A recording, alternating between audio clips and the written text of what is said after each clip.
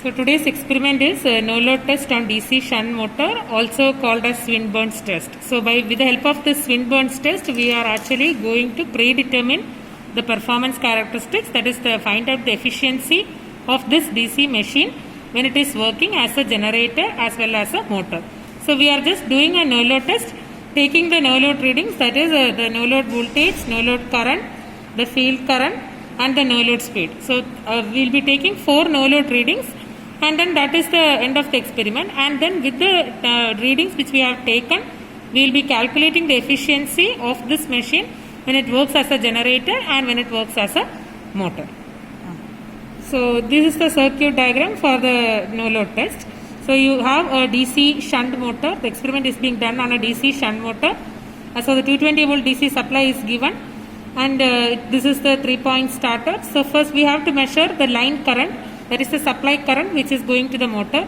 So for that we have an ammeter here connected of the range 0 to 5 ampere. Because it is a no load test, the current value will be very less. That's why the ammeter range is also only 0 to 5 ampere. And then it is from the A of the starter, it is connected to the armature of the motor. The field coil of the machine is connected to the F of the starter through an ammeter to measure the field current and a field rheostat. And you know, when you are starting the machine, the position of the field rheostat should be in the minimum resistance position as indicated in this figure. And now to measure the supply voltage, we have a 0 to 300 volt voltmeter which is connected across the line supply.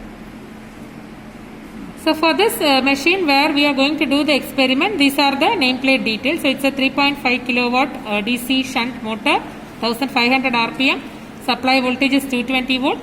The load current is 18.6 ampere and the field current, rated field current is 0.95 ampere. But since it is a no load test, we are choosing the fuse rating.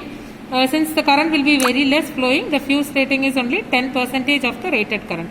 So when you calculate it accordingly, the fuse rating will come around 2 ampere. So we are going to connect a 2 ampere fuse here. So this is the tabular column corresponding to this experiment. We just need to take one reading, the no load voltage reading as given by the voltmeter, the no load current or the supply current, then the field current, and then the no load speed. So only one set of reading, and with this reading we are going to do the further calculations for this experiment. So the connections for the no load test or the Swinburne's test is given as per the circuit diagram. That is from the across the positive and negative, you have the voltmeter connected across the positive and negative of the supply, and then from the positive again one wire is going to the ammeter to measure your line current. From the ammeter negative it is going to L of the starter. A of the starter is connected to the armature of the motor. Field from the F of the starter, it is going through the rheostat, and the other end of the rheostat is connected to the ammeter to measure the field current. It is going to S. AA and FF are shorted, and from AA it is connected back to negative of the supply. Now we are going to take the readings. First we have to switch on the supply, and then using the 3-point starter the machine is started.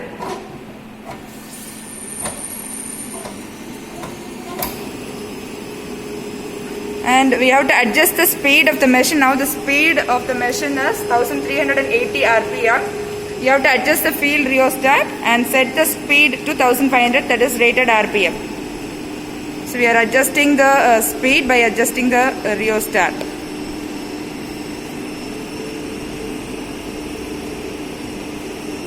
So again we have to slightly adjust as the speed is 1472 now.